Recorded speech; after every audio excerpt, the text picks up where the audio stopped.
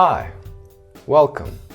In this video, I will be answering the question, should you believe me? Like me personally. My name is Vilingor and I make videos about all kinds of different topics, mainly video games and video game development. I'm making a video game entirely on my own. Also, I talk about spirituality, I do some movie and gear reviews and so on. In many of my videos, especially those about spirituality, I am expressing a lot of my opinions and world views. And these opinions of mine are, for the most part, considered unusual, strange, or even disturbing or extreme. I express a lot of opinions in my videos that go against the mainstream world view that most people have today. It is a year 2022 as of making of this video. So I will be answering questions like: who can we trust to tell us the truth? Why are my videos so much opinionated? Am I responsible for any harm that might come to people who take my advice to heart? These and more questions will be answered after a short intro.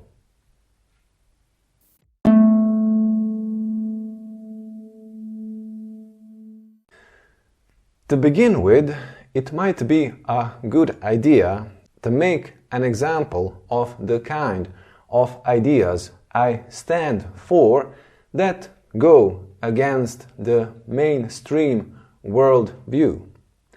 For example, still today, I would say the majority of people considers food grown with pesticides, herbicides, and artificial fertilizers, all in all, the vast majority of the regular grocery store food, to be perfectly fine and healthy for consumption, to eat. Because, after all, the food in the grocery store have been approved by various government agencies that concern themselves with checking and making sure that the food produced and consumed is healthy and good to eat. Me, on the other hand, I do not believe this to be true at all. It seems to me that the food that we find in our grocery stores, in restaurants, fast food places, is simply put poisoned. Now, it's not a kind of poisoning that will kill a human being instantly, like a snake bite, for example, might do. Instead, it is a kind of poisoning similar to a poisoning caused by smoking cigarettes. The first cigarette is not likely to kill the person smoking, but a year of this bad habit and there are some health consequences for sure. So, who to believe?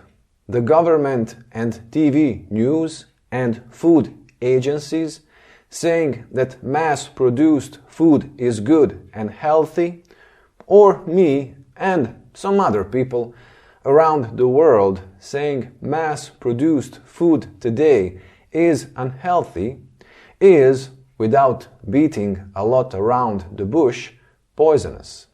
Let's get back to the main question. Should you believe me? Should you believe the many statements I will be making in these videos of mine? Let me give you a straight answer. Of course you should. I know the truth and I'm here to tell you how things are. Because I know stuff and you don't. I'm the authority because I sound like I know what I'm talking about, and I'm talking to you from a computer screen, which implies success, authority, and seriousness.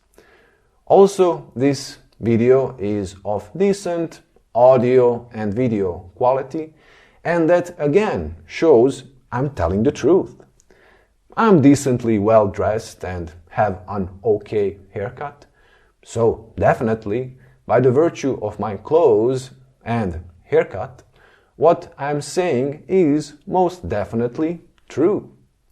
Even though I'm just a human, the same human that you are, clueless, flawed, scared, fighting for survival, limited in so many ways, pissing, shitting, tripping over the carpet, going to sleep and not knowing even if I will ever wake up. Human. The same as you. The only difference being I'm right and you're wrong. How fortunate for you that I'm here to tell you how things are. I could not possibly be lying to you to trick you and to profit from your gullibility. After all, it's not like it ever happened in the history of humankind that one human being lied to another. That is just impossible. Well, obviously, I'm being sarcastic here and making fun of all the authority figures, all the so-called religious leaders, political leaders, scientific leaders, all the various professors and doctors that we are so eager to trust, even though they are just scared, corruptible humans with usually a hidden, selfish and petty agendas behind their great noble causes, as we all are, right? So, no, you should not trust me. Well, who to trust then? I would say trust the only person you do and can trust, yourself.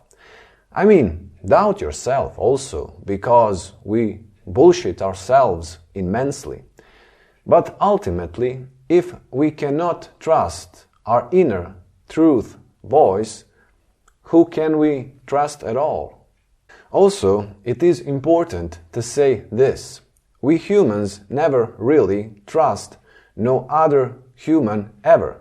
It's just something impossible to do. I trust you, in a way, is an absurd statement. What would be a more correct way to express oneself would be, I trust the judgment that I have of you. You see, whether I find you trustworthy or not is dependent on my own evaluation of your trustworthiness. You may prove in time to be trustworthy, or not at all, as it sometimes happens, but it is always inevitably me who chooses to trust or not. So, when we are let down by somebody, usually feeling bitter, we say, "Oh, I trusted you and you betrayed me." But what really happened is that we misjudged somebody. And there is no one to blame, because we never really trusted anybody in the first place, except our own judgment that turned out to be poor. But that is not pleasant to admit, isn't it? To admit that I was wrong. It is much easier to blame others. Now, here I would like to make a statement. I do not know what I'm doing, and I mean it. I really mean it. Yes, sometimes what I say turns out to be true, but also half of the time I end up being wrong about my opinions, no matter how convinced and sure I was of my opinions. So, I do not know what I'm doing, and also I'm wrong half of the time. But here is an important point I want to make. Everybody is like that.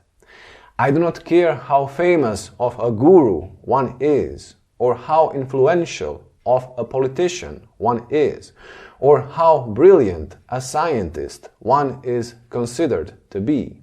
Still, half of what these people say is nonsense and stupid shit.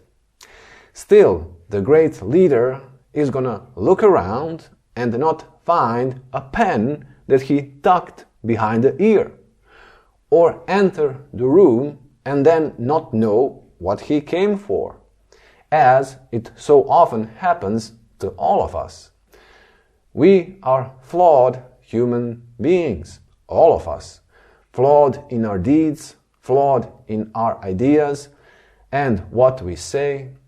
Often great care is taken so that famous people get represented flawless, but they are not. Flawlessness is a lie. That alone, trying to present oneself as flawless, is an indication of a person that is being deceitful, because, again, we are flawed humans. I think whoever claims to be an authority on anything is a fool. A wise man knows he does not know shit. Shout out to Socrates. So, wouldn't it be great to say, look, I'm an idiot, we are all idiots here, so without pretending to have an answer and know what to do, let's learn together.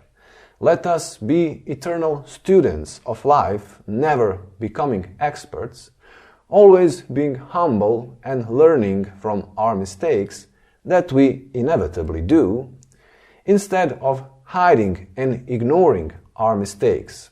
Wouldn't that be great and honest? And while talking about honesty, I want to say, one reason for me making this video is to say that I'm not responsible for what you will do with the ideas I express here. This video is a disclaimer and a warning of sorts.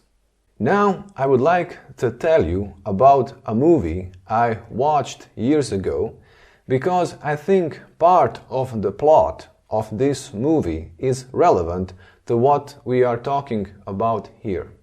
I do not remember the title of the movie or the names of the characters in it, but I think stories are a great way to explain something. So here we go. I will tell you now a short movie story. Let's say the name of the protagonist of the movie is Larry.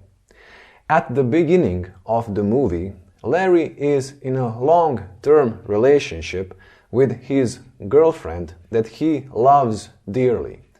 But pretty soon his girlfriend leaves him because their relationship has become same old again and again. After feeling sad and depressed for some time, Larry decides to do something about his love life and to find another girlfriend. So he starts to date again and to go out with friends. One evening, while hanging out at the local bar, by accident Larry bumps into his cousin. Let's say Larry's cousin's name was Bill. And they start a casual conversation. Now Bill is single like Larry, but Bill is kind of a playboy, all dressed up and cocky and cool and sure of himself. So as they are talking about going out and meeting girls, Bill, with much authority, says something like this. You know, long-term relationships, they are a trap for men invented by women. What is really the best thing for the man is being free and going from one girl to another to spread our seed. That is just the man's nature, and it is the best thing ever. After saying that, Bill proceeds to approach some girls sitting at the nearby table. So the movie moves on with different events in Larry's life, and at one point Larry meets this very cute, nice girl. Let's say her name was Pauline. and the two of them click very well, like soulmates or something like that. And while the developing relationship is very nice and lovely for the both of them, Larry remembers what his cousin Bill said about long-term relationships, how they are a trap for men and how the best thing for man is to be free. So Larry starts to behave somewhat cocky, starts to distance himself from Pauline and to approach other girls. Pauline does not like this and leaves Larry for good. So Larry is alone again, and as time goes by and he meets more and more girls, he realizes how special and rare was his relationship with Pauline. He realizes how rare soulmates are and that he blew it. So Larry becomes sad again and depressed again. One evening, while being depressed and drinking alone at the local bar, Larry spots his cousin Bill sitting at the nearby table with a group of people, so Larry goes to say hi. It is immediately obvious that his cousin Bill had changed drastically. Bill sits at the table near a girl that is obviously his girlfriend, and he is dressed very differently, with a boring sweater, with a good schoolboy haircut, looking all square, while his girlfriend is all bossy, interrupting Bill constantly in mid-sentence and correcting him constantly. Bill, on the other hand, just nods obediently, saying things like, "Yes, darling, of course, sweetie, is everything fine, my love? Is the soda cold enough? Would you like me to get you some ice for your soda?" And so on. He is pretty much the polar opposite to the guy that he was before. So Larry is shocked by this change in Bill's behavior, and when Bill goes to get some ice for his girlfriend's soda, Larry angrily goes after him and confronts him, saying, I took to heart what you said to me, that being single is the best thing ever. And because of listening to you, I maybe lost the love of my life, a girl named Pauline that was likely my soulmate. And now she's gone forever and I feel terrible. It's all your fault and your stupid advices. And look at you now. You are behaving nothing like you advised me to do, you hypocrite. And now the answer that Bill gives is unexpected and beautiful, in my opinion. Bill calmly replies, "Why do you blame me for the way you live your life? I did not force you to do anything. You did it all by yourself. Yes, I used to think one way and now I think differently. I changed my opinion, but why do you take my opinions as yours? Why don't you get your own opinions?" And with saying that, Bill trots off to his girlfriend while Larry remains speechless, just staring at him going away. So, in the end, did Larry and Pauline get together? Was it a happy ending? I don't know, I don't care, but here is what I think is the point of the movie story I just told you. Let's say you take to heart one idea I talked about in one of my videos and you apply it to your life, and in doing so, your life quality worsens and bad things happen to you. I would be sorry for you for the bad things happening in your life, but I'm not responsible for them. It is you who chose to take to heart the specific idea. And again, it is you who applied it to your life. So it is all your doing. Now, maybe the idea I suggested was stupid, or you misunderstood me. Whatever the case, what you do with your life is your responsibility, as it is my responsibility what I do with mine. Also, let's comment a possible positive sequence of events. So again, let's say you take an idea I talked about and you apply it to your life, and in doing so, your life quality improves and good things happen to you. That is great. I'm happy for you. But I hold no merit for the improvement in your life. You do. It is you who recognized wisdom in an idea, and you made the effort to change your life for better by applying that idea to your life. So, my compliments to you. Okay then, but if all responsibility for your life is on you, why listen to people like me at all? What do we need other people's ideas for at all? Well, I personally often watch videos of people I found to be interesting. Videos that are very strongly opinionated. And I cherish greatly the opinions that are shared in these videos. Some people that I consider to be wise are like gold mines of good ideas. So, do I trust them? Of course not. What I do is I take an idea that I think makes sense, and then I explore that idea.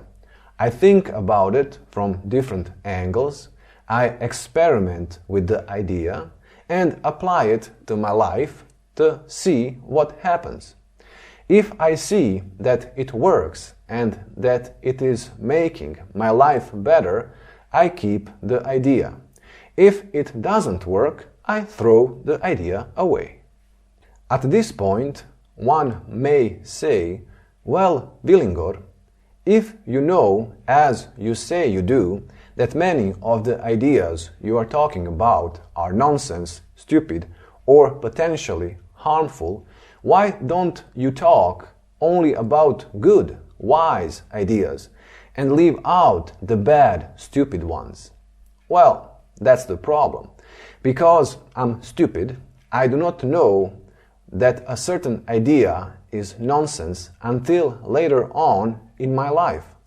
A week later, a year later, or several years later.